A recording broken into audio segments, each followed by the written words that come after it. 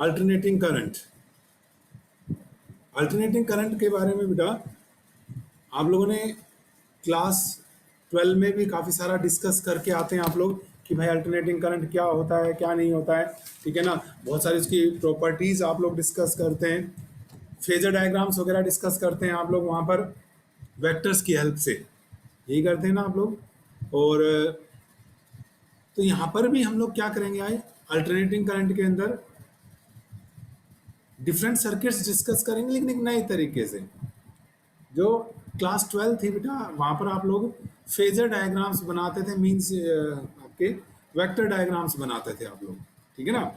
यहाँ पर हम जे ऑपरेटर की हेल्प लेंगे। जे मैं कल बता चुका हूँ आप लोगों को, जिसको आप आयोटा कहते थे, under root of I, sorry under root of -1, मैं उसी को जे कह रहा हूँ। उसको कैसे यूज करना है हम बात करेंगे उसके बारे में। सो लेकिन चलिए बेसिकली स्टार्ट करते हैं, बिल्कुल इंट्रोडक्टरी चीज़ों से शुरुआत करते हैं। चलिए अल्टरनेटिंग करंट से ही करते हैं। दिस इज अल्टरनेटिंग करंट, जिसको हम लोग क्या कहते हैं, एसी। शॉर्टकट में और फ्लो में तो हम एसी बोलते हैं हमेशा, ठीक है ना। बार बार बार बार तो हम कहते ही नहीं अल्टरनेटिंग करंट। मतलब सीधी सी बात थी बेटा, आप लोगों ने पढ़ा है क्लास 12 के अंदर, ये टाइम है मान लीजिए, और ये मान लीजिए अल्टरनेटिंग ईएमएफ दिखा रहा हूं मैं, तो आप कहते हैं इस तरीके से जो फॉलो करता है, जो साइन या कोस के फंक्शन को, ये जो पीक वैल्यू होती थी इसको हम ई नोट कहते थे, ठीक है। और ये माइनस ई नोट हो गया। आप देख सकते हैं कि अगर मैं वैल्यू की बात करूं बेटा, तो वैल्यू कॉन्टिन्यूसली चेंज हो रही है। इस टाइम पर आप देखें अलग वैल्यू है बेटा, इस टाइम पर अलग वैल्यू हो गई है, हर टाइम के ऊपर वैल्यू क्या हो रही है, लगातार चेंज हो रही नहीं। मीन्स अल्टरनेटिंग करंट एक ऐसा करंट है, current whose value changes continuously. आप किसी भी टाइम पे चेक करें, यहाँ पर देख रहे हैं आप, जैसे मान लीजिए यहाँ पे अलग वैल्यू है बेटा, यहाँ पे अलग वैल्यू हो गई, यहाँ पर आप देखेंगे अलग वैल्यू है, फिर कम हो गई, यहाँ पर इधर नेगेटिव में चली गई। तो एक ऐसा करंट होता है, करंट हुज वैल्यू, वैल्यू से मेरा मतलब है magnitude, whose value changes continuously.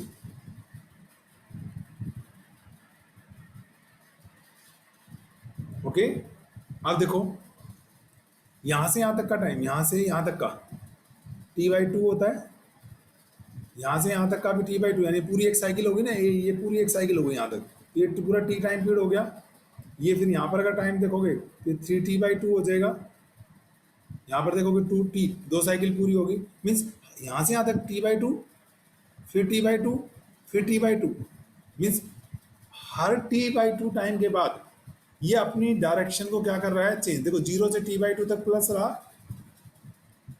t/2 से t यानी t/2 ही रहा, माइनस का हुआ, फिर प्लस, फिर माइनस। मीन्स कहने का मतलब समझ रहे हैं कि हमारे पास क्या मतलब हुआ इसका, कि ऐसा करंट जिसका मैग्नीट्यूड तो कॉन्टिन्यूसली चेंज होता है बेटा, एंड हुज डायरेक्शन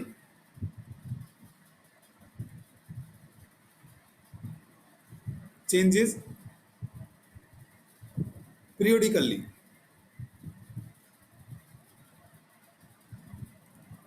तो डायरेक्शन चेंजेस पीरियोडिकली। तो जनरली हम जैसे साइन इक्वेशन है बेटा, तो अल्टरनेटिंग ईएमएफ की इक्वेशन क्या लिखते हैं हम, ई नोट साइन ओमेगा टी। और अगर करंट की फॉर्म में लिख रहे हैं तो आप जनरली क्या लिखते थे, आई नोट साइन ओमेगा टी। अच्छा, instead of sine you can use cos also, ठीक है, but not tangent, because cos tangent में, या अगर मैं कहूँ साइन और कोस के अलावा और कुछ भी यूज नहीं कर सकते आप। इसका रीजन ये बेटा, आप ध्यान से देखो, साइन और कोस को छोड़कर जितने भी ट्रिग्नोमेट्रिक फंक्शंस हैं सबके अंदर एक बार वैल्यू नॉट डिफाइंड हो जाती है, मतलब वेल डिफाइंड वैल्यू नहीं रहती। जैसे टेंजेंट 90 आप कहते हो नॉट डिफाइंड हो जाता है, कोसिकेंट 0 नॉट डिफाइंड हो जाता है, एंड मैनी मोर। आप सोच सकते हैं इस तरीके से, ठीक है। मतलब सिर्फ साइन और कोस ही ऐसे फंक्शन हैं बेटा जिनके अंदर वैल्यू कभी भी नॉट डिफाइंड नहीं होती, फिक्स होती ना। साइन कॉस में याद करो, +1 और -1 के बीच में, तो सिर्फ साइन या इसकी जगह क्या यूज हो सकता है, कॉस में। तो ग्राफ चेंज हो जाएगा, 0 पे आपको पता है 1 वैल्यू हो जाएगी उस केस में, ठीक है ना। तो हम इसकी जगह कोस इक्वेशन भी यूज कर सकते हैं, लेकिन ये सॉरी कोस इक्वेशन भी कर सकते हैं हम। ये भी ईएमएफ अल्टरनेटिंग ईएमएफ या सॉरी अल्टरनेटिंग करंट को ही शो करेगा बेटा, ठीक है। लेकिन अब बार बार हम कंफ्यूज होते रहेंगे, तो ये इक्वेशन तो तभी यूज करनी है बेटा जब आपको दे रखा हो कि टी जीरो पर करंट की वैल्यू मैक्सिमम है, क्योंकि आपको पता है कोस टी जीरो तो कोस जीरो, और कोस जीरो कितना होता है 1 मैक्सिमम होता है, यानी कि टी जीरो पर ये दे रखा हो कि ई मैक्सिमम है या आई मैक्सिमम है तो कोस इक्वेशन यूज करेंगे, अदरवाइज हम साइन इक्वेशन यूज करेंगे, ठीक है। तो यानी हम हमेशा यू कैन से, ये तो कुछ न्यूमेरिकल के लिए होगी बस, बाकी हम हर जगह क्या यूज करेंगे, आर्टिकल्स में साइन इक्वेशन यूज करेंगे बेटा, ठीक है। कोस एक स्पेशल केस में यूज करेंगे क्योंकि कोस जीरो 1 होता है, यानी मैक्सिमम से जब करंट शुरू होना हो किसी न्यूमेरिकल में तो आप ये वैल्यू यूज करेंगे, अदरवाइज ये यूज करेंगे। मीनिंग क्या क्या है यहाँ पर, एक का बता देता हूँ, वही सेम दूसरे पे चलेगा। जैसे ई है, दिस ई इज कॉल्ड बेटा instantaneous value, it is called instantaneous value of EMF at time t is equal to t. Yes, एक बच्चा दीपक आपने हाथ रेज किया है, अगर कुछ पूछना है तो बेटा मैसेज डाल दो इस मैसेज बॉक्स में। यानी किसी पर्टिकुलर इस टाइम के लिए ई ये हो गया, इस टाइम के लिए ई ये हो गया, ठीक है। इंस्टेंटेनियस मीन्स एक पर्टिकुलर टाइम पर जो वैल्यू होती है वो क्या कहलाती है बेटा, इंस्टेंटेनियस वैल्यू कहलाती है। ई नोट, ऐसे आई मैं नहीं लिख रहा हूं, आई क्या हो जाएगी, इंस्टेंटेनियस वैल्यू ऑफ करंट हो जाएगी, मतलब समझ रहे हैं ना मेरी बात। तो एक का लिख देता हूं मीनिंग, दूसरे के वैसे चला लेना। ई नोट जो होता है बेटा, दिस इज कॉल्ड पीक और maximum value of EMF, peak और मैक्सिमम वैल्यू ऑफ ईएमएफ। ये वाली वैल्यू जो होती है टॉप वाली वैल्यू, ये वाली जो वैल्यू होती है ना, ये क्या कहलाती है आपकी, पीक और मैक्सिमम वैल्यू ऑफ ईएमएफ, या कई बार इसको ईएमएफ एम्पलीट्यूड भी कहते हैं।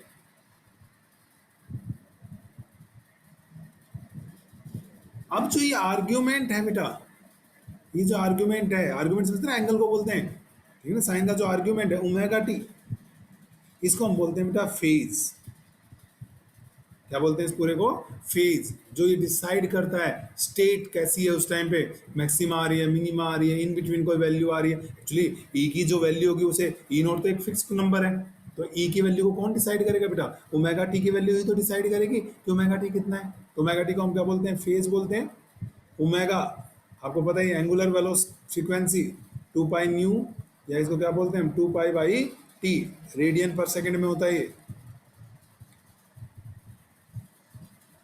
तो ये अल्टरनेटिंग करंट का इंट्रोडक्शन हो गया हमारे पास, ठीक है। अब हम क्या पढ़ते थे इसके बाद, अगर आप बात करो तो हम ये पढ़ते थे, देखो कुछ सीधे सीधे रिजल्ट्स हैं जो मैं सीधे सीधे यूज करूंगा। हम बोलते थे कि एवरेज वैल्यू, अब मान लो मैं एक साइकिल बनाऊं बेटा, ये टाइम है, ओके, और ये क्या हो गया बेटा, हमारे पास ईएमएफ या करंट बना रहा हूं, और ये मान लो एक साइकिल दिखा रहा हूं, ये जीरो, ये टी बाई टू और ये टी। तो फर्स्ट हाफ साइकिल में जितनी पॉजिटिव वैल्यू है, आप देख सकते हैं नेगेटिव हाफ साइकिल में आपके पास उतनी ही क्या है, उतनी क्या है आपके पास, देखो बेटा नेगेटिव वैल्यू है कि नहीं। मेरा हो सकता है ये सिमेट्रिक नहीं बना हुआ है, बाकी आपको पता है साइन कर्व है, तो area of positive half cycle will be equal to area of negative half cycle. तो यदि मैं कहूँ आपसे, ठीक है ना, कि भाई रिजल्ट, कुछ बातें कर लें हम यहाँ पे कि भाई average value, average value of AC over complete cycle, तो कितनी आ जाएगी, जीरो। समझ में आया क्यों, क्योंकि जितनी फर्स्ट हाफ साइकिल में प्लस की है उतनी ही नेक्स्ट हाफ साइकिल में कितनी हो जाती है बेटा, माइनस की, तो नेट जीरो हो जाती है। तो कंप्लीट साइकिल के ऊपर तो एवरेज वैल्यू जीरो होती है, and hence we calculate average value for half cycle only, यानी जीरो से टी बाई टू तक निकाल दें, जो आप लोग 12th में निकाल कर आए हैं। तो जस्ट एक रिकैप है वहां का, average value of AC over half cycle, मतलब करंट की निकाल रहे हैं आप एवरेज वैल्यू, तो टोटल चार्ज, सीधी सी बात है बेटा, क्या होगा, total charge upon total time. तो टोटल चार्ज कैसे निकलेगा, आई इंटू डी टी, करंट को टाइम से मल्टीप्लाई करो, स्मॉल चार्ज आ जाएगा, इंटीग्रेशन कर दो 0 से t/2 तक, ठीक है, और अपॉन टाइम t/2 से डिवाइड कर दो, ठीक है। एवरेज निकालने का तरीका, टोटल चार्ज आई होता है बेटा D Q by D T, तो डी क्यू क्या हो गया हमारे पास, आई डी टी, दोनों तरफ इंटीग्रेशन कर दो, टोटल चार्ज आ जाएगा कि नहीं आ जाएगा, और अपॉन टोटल टाइम।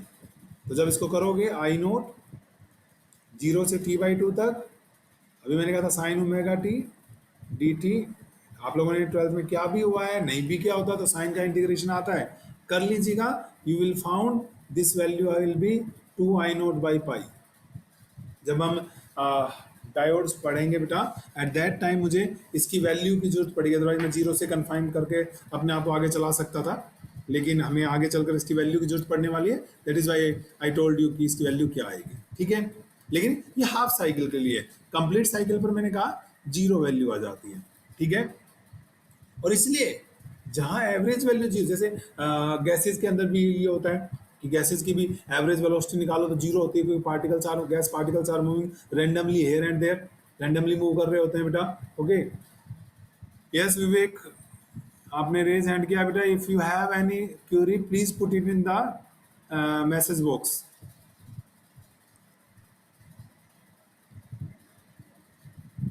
तो क्या होता है हमारे पास, अब देखो, तो जब भी किसी की एवरेज वैल्यू 0 आ जाए बेटा, तो वहां हम फिर कौन सी वैल्यू निकालते हैं, गैसेज में निकाली होगी आपने, root mean square velocity, RMS velocity. AC के अंदर तो करते ही हम आरएमएस यूज हैं, तो this is root mean square value of AC. Root mean square value का एक नाम और था बेटा, इसको हम क्या बोलते थे, effective value,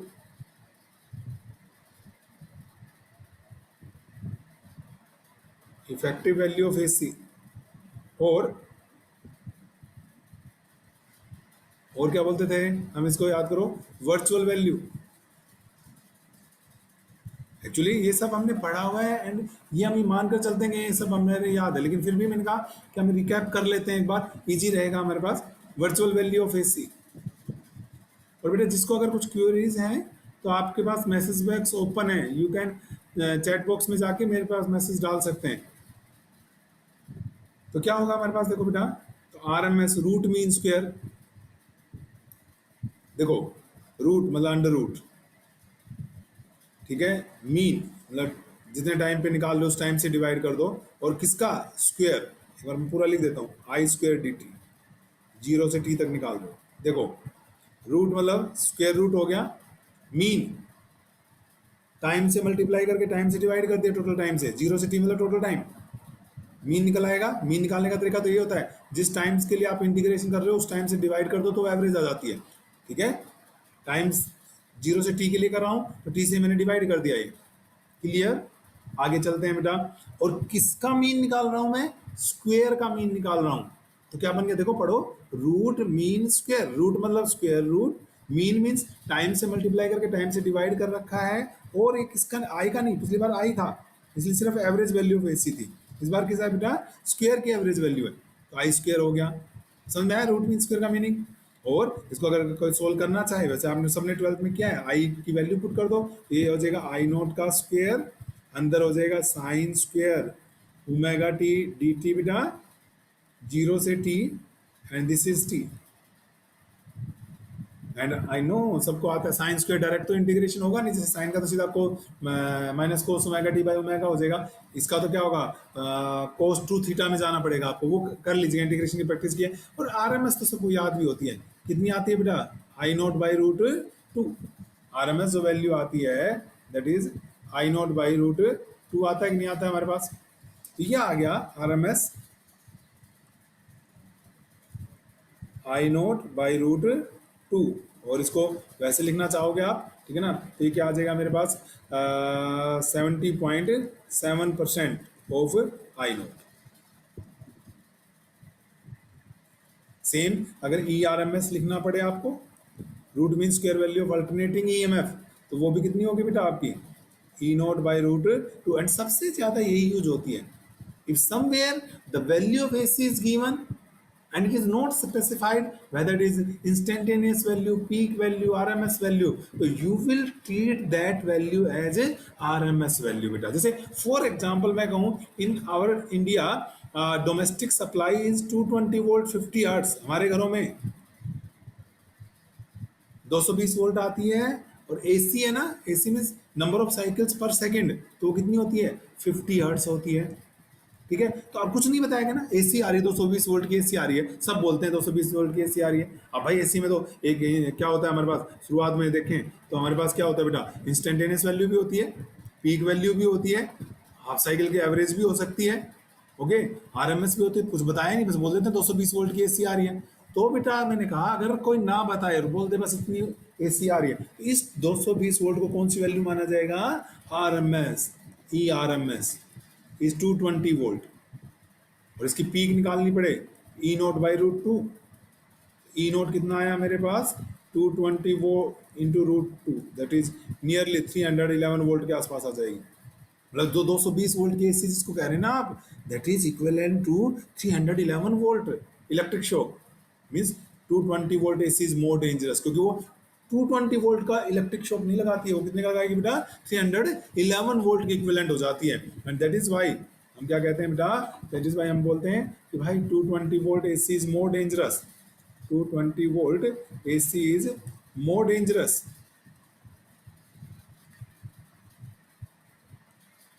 then 220 volt DC.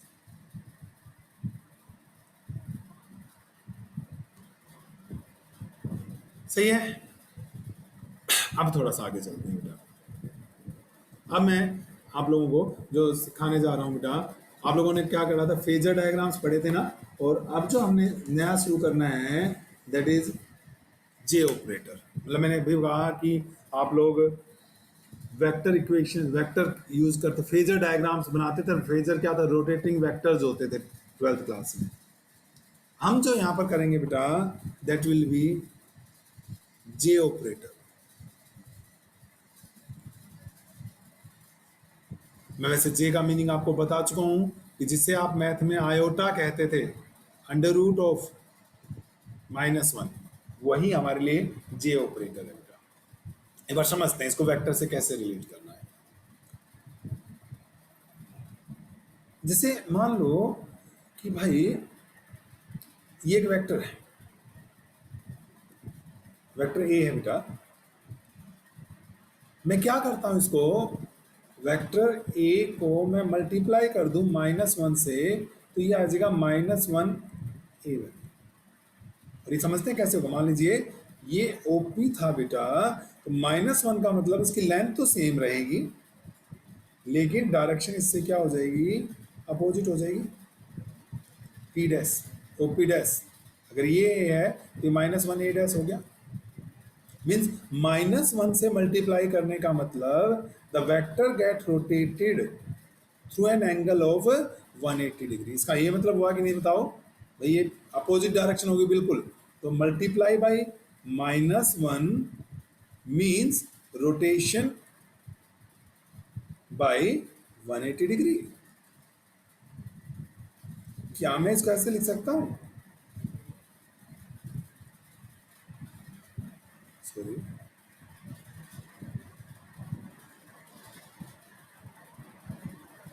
क्या मैं इसको ऐसे लिख सकता हूं,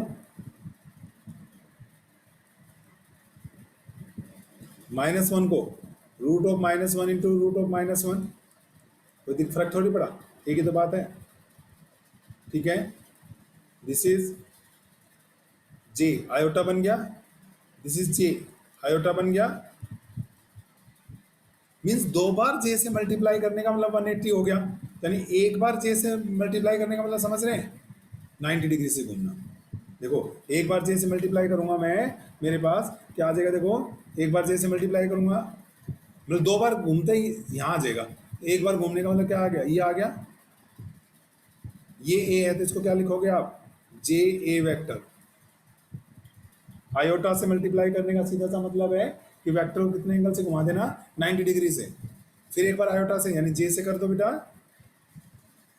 ये देखो एक बार जे से ये क्या बन गया आपका, दो बार जे हो गया, और जे इंटू जे -1 नहीं हो गया क्या? तो यानी कि क्या मतलब निकला, multiply multiplication with J operator, multiplication with J means rotation bye 90 degree in anti clockwise direction, in anti clockwise direction. देख लो बेटा, एक बार जे से मल्टीप्लाई किया यहाँ पहुंचे, दोबारा जे से मल्टीप्लाई किया, फिर जे से मल्टीप्लाई किया, यहाँ आ गया आप, यही तो है ये जे जे, ये चीज क्या है, ए इंटू जे, यहाँ तक था, और एक जे से और मल्टीप्लाई कर दिया। आ रही है बात समझ में? तो ये एक नई चीज अब मैं जो सिखा रहा हूँ, ये इंपॉर्टेंट बात है। एक बार जिस भी वेक्टर को आप जे से मल्टीप्लाई करेंगे 90 डिग्री वो कहाँ घूम जाएगा बेटा, एंटी क्लॉक, यहाँ घूम गया, ऐसे ही यहाँ घूम जाएगा एंटी क्लॉकवाइज। क्लियर? अच्छा जी, ऐसे ही अगर हम मल्टीप्लाई करेंगे केशन विद -j मीन्स क्या हो जाएगा, रोटेशन फिर से 90 माइनस इसका उल्टा, तो एंटी क्लॉकवाइज का मतलब क्या हो जाएगा, क्लॉकवाइज। मतलब if I have a vector, if I have a vector A, if I, this is my OP, if I multiply it by J, it will rotate it by 90 degree, and now this is P dash, it represents क्या, J A, okay, यानी this is the multiplication by J, okay, but if I multiply the same vector with minus, अब उल्टा भी तो कर सकते हैं ना, माइनस जे करें तो माइनस जे का मतलब इधर जाएंगे आप, इसके बिल्कुल अपोजिट ही आ जाएगा, 180 का हो गया। ये देखिए एरो जरूर दिखा दीजिएगा, ये इधर था एरो, ये इधर था, ये क्या है, मल्टीप्लिकेशन विद -j, तो ये क्या आ गया, -j, this is the meaning of J operator. समझ में आया? देखो जे ऑपरेटर की वैल्यू समझ में आई बेटा, ये इस तरीके से आप इस जे ऑपरेटर को समझ सकते हैं। अब हम एक चीज और थोड़ा सा कॉम्प्लेक्स नंबर की तरफ चलेंगे। नेक्स्ट जो है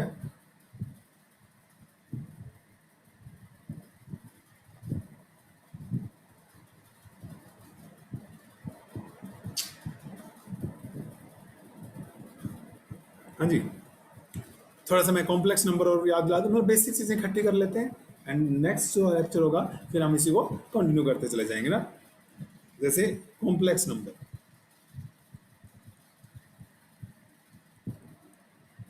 आपको निसर्ग ये क्या पढ़ाने लग गए, this is Z equal to, आप लोग बड़ा सिंपल सा लिखते थे x plus iota y, Cartesian coordinate form है, कार्टेशियन फॉर्म होती होगी, दो फॉर्म पता नहीं कितनी पढ़ते हैं, दो तो एटलीस्ट पढ़ते हैं, एक कार्टेशियन फॉर्म होती होगी, और एक होती थी शायद पोलर फॉर्म,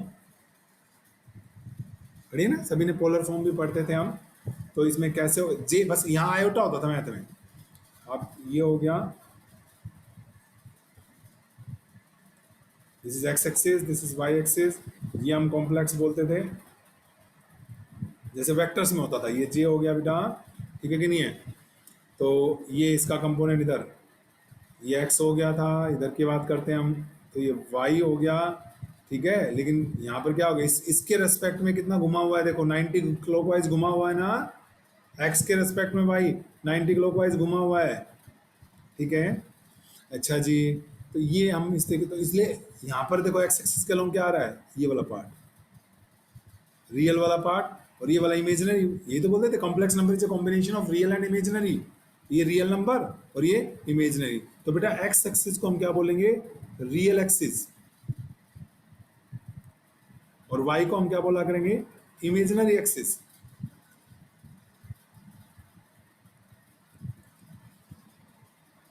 ठीक है, रियल एक्सिस और इमेजिनरी एक्सिस बोलेंगे बेटा, ठीक है।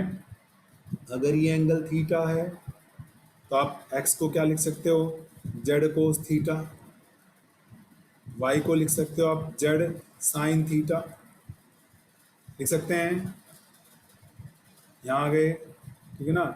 तो अब हमारे पास ये तो पूरा जड़ हो गया, मतलब अब हम ना मैग्नीट्यूड और इसमें डिफ्रेंशिएट करना है मान लो हमने, तो हम इसके ऊपर ना एक वेक्टर का साइन लगाएंगे, लेकिन ये वेक्टर नहीं है, ये हमारे लिए जैसे वहाँ फेजर याद करो, फेजर में भी आप वेक्टर जब लिखते थे ई नोट के ऊपर एरो लगा देते थे, जबकि EMF is a scalar quantity. I note जो था इसके ऊपर हम क्या लगा देते थे बेटा, एरो लगा देते थे, क्योंकि ये स्केलर क्वांटिटी होते हुए वो एक नोटेशंस हैं, ठीक है। तो अगर हम इसको लिखेंगे अब, तो ये क्या बन जाएगा मेरे पास, ये पूरा वेक्टर। और अगर मैं इसकी सिर्फ मैग्नीट्यूड या वेक्टर की फॉर्म में शायद आप एम्पलीट्यूड बोलते होंगे आप, ये हो गया बेटा जेड। कई लोग मॉडुलस ऑफ जेड भी लिख देते हैं इसको, अगर इसको खाली जेड लिख रहे हो यहाँ पे, तो यहाँ पे मॉडुलस ऑफ जेड लगा देते हैं कई लोग इसको, एक्स की जगह कोस थीटा जेड, और ये क्या आ गया बेटा आपका साइन थीटा। तो कॉम्प्लेक्स नंबर को एम्पलीट्यूड, ठीक है, and this is cos theta plus J sine theta. I think यही होती थी, पोलर फॉर्म में पहुंच गया हूँ मैं शायद, ये कार्टेशियन फॉर्म थी, धीरे धीरे कार्टेशियन फॉर्म से मैं पोलर फॉर्म में आ गया हूँ। और भाई ये चीज कल परसों भी यूज की थी, और ये याद कर लें, दिस इज बेटा cos theta plus J sine theta, many time it will be use, मुझे नहीं पता मैथ वाले कब पढ़ाएंगे। It is E raise to power J theta, E raise to power J theta से डिनोट करते हैं इसको। तो ये क्या हो गया बेटा, जेड कॉम्प्लेक्स नंबर को इट्स मॉडुलस और E raise to power J theta. Is okay.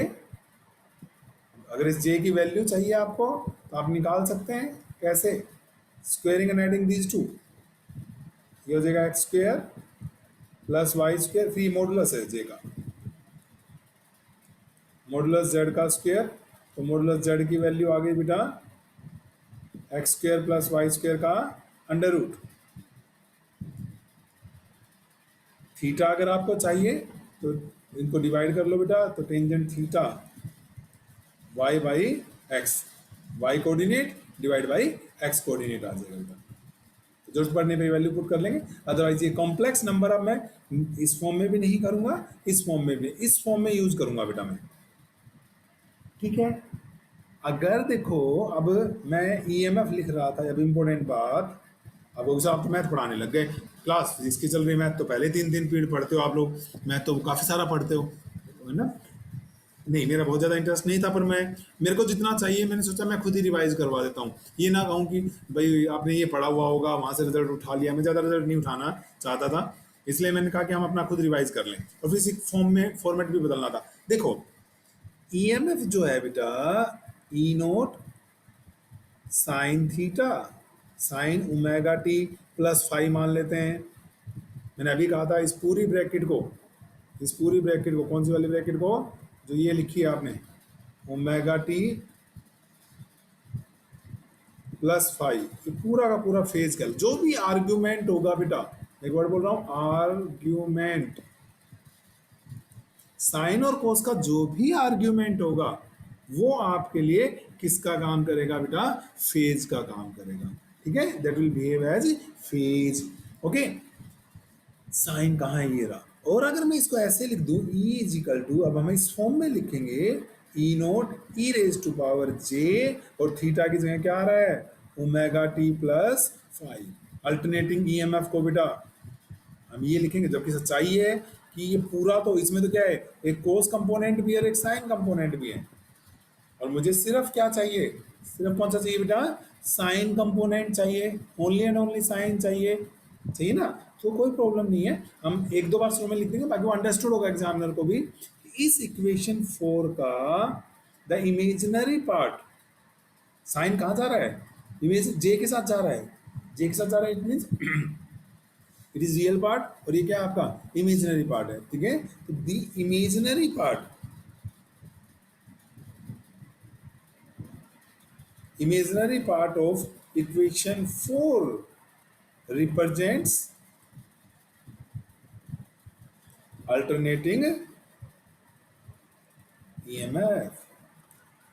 ऐसे अल्टरनेटिंग करंट लिखना होगा तो भी वो ई की फॉर्म में हम लिखेंगे, लेकिन बार बार बताने की जरूरत नहीं है, एक बार बता देना आर्टिकल जब शुरू करते हैं आप, then it will be understood imaginary part को इस फॉर्म में हम लेकर आएंगे बेटा इसको, अपनी इक्वेशन को। तो यहाँ से हम जैसे हम अब ये इक्वेशन यूज नहीं करेंगे, हम ये वाली इक्वेशन यूज करेंगे, ठीक है। जैसे फॉर एग्जांपल आप लोगों ने, हमने पढ़ा है बेटा, कुछ फिर से एक बार चलें हम, एक रिजल्ट लिखूं मैं, क्योंकि ट्वेल्थ में इसी में बहुत कुछ पढ़ लिया है और वो सब हम रिवाइज नहीं करके, वो तो सब ऐसा सब हम मानकर चल रहे हैं, आपके दिमाग में फीड है और उसी को हम आगे बढ़ाना है। आपने पढ़ा है AC circuit having resistance only,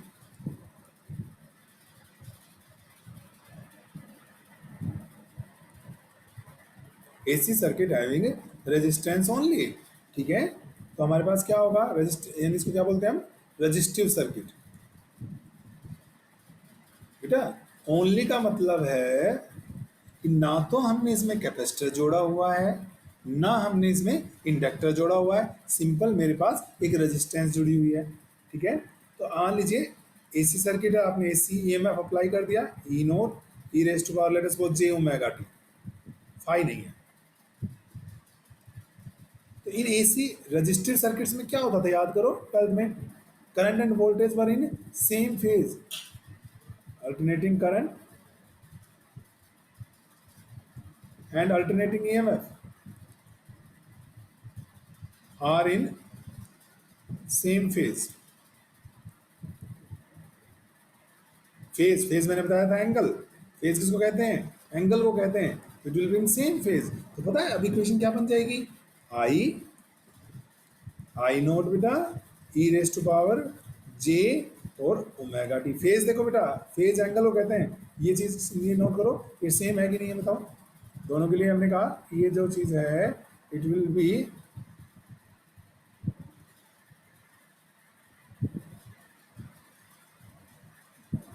angle check कर सकते हैं आप, दोनों में क्या आ रहा है, सेम एंगल आ रहा है कि नहीं, फेज सेम हो गई तो करंट एंड वोल्टेज आ रही है ना सेम फेज, और नो डाउट आई नोट की जो वैल्यू होगी बेटा वो हो जाएगी ई नोट बाई आर होगी। सेम फेज का मतलब समझते हैं, एक साथ जीरो होंगे, एक साथ मैक्सिमम होंगे फिर जीरो होंगे, एक साथ नेगेटिव, सेम फेज साथ साथ चलेंगे, ठीक है। ओके, करस्ट एक साथ आएंगे, टफ एक साथ आएंगे। तो अब वो इक्वेशन इस फॉर्म में आ गई। सेकंड, दूसरा होता था AC circuit having capacitor only, capacitive मतलब प्योर कैपेसिटिव कहेंगे, जैसे प्योर रेजिस्टिव, ऐसे इसको क्या बोलेंगे, प्योर कैपेसिटिव। प्योर कैपेसिटिव मतलब सिर्फ कैपेसिटी जुड़ा हुआ है, प्योर कैपेसिटिव सर्किट। और प्योर कैपेसिटिव सर्किट में याद करो, सी से कैपेसिटर, सी से करंट। कैपेसिटिव सर्किट में करंट क्या करता है, लीड करता है, AC alternating current leads, leads means आगे चलना, alternating EMF by pi by 2।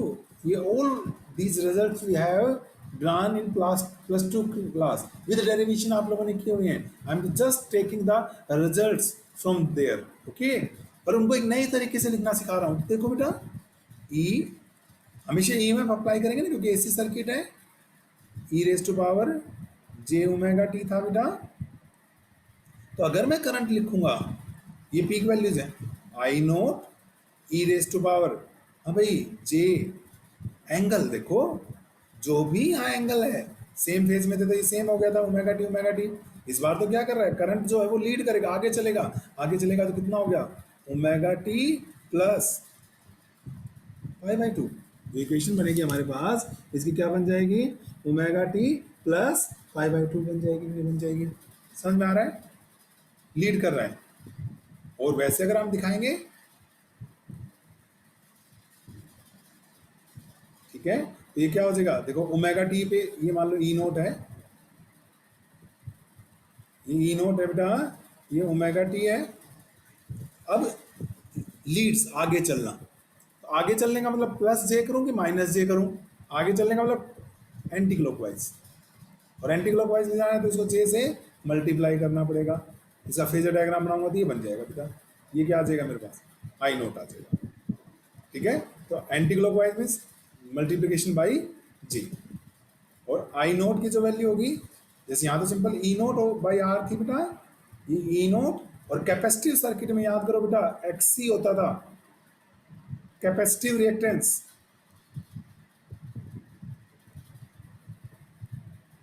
Capacitive reactance, और जिसकी वैल्यू होती थी 1/2 पाई न्यू सी। तो अगले वीडियो में बेटा हम लोग क्या करने वाले हैं, एक तो रिजल्ट बताऊंगा मैं इंडक्टिव सर्किट का, और प्लस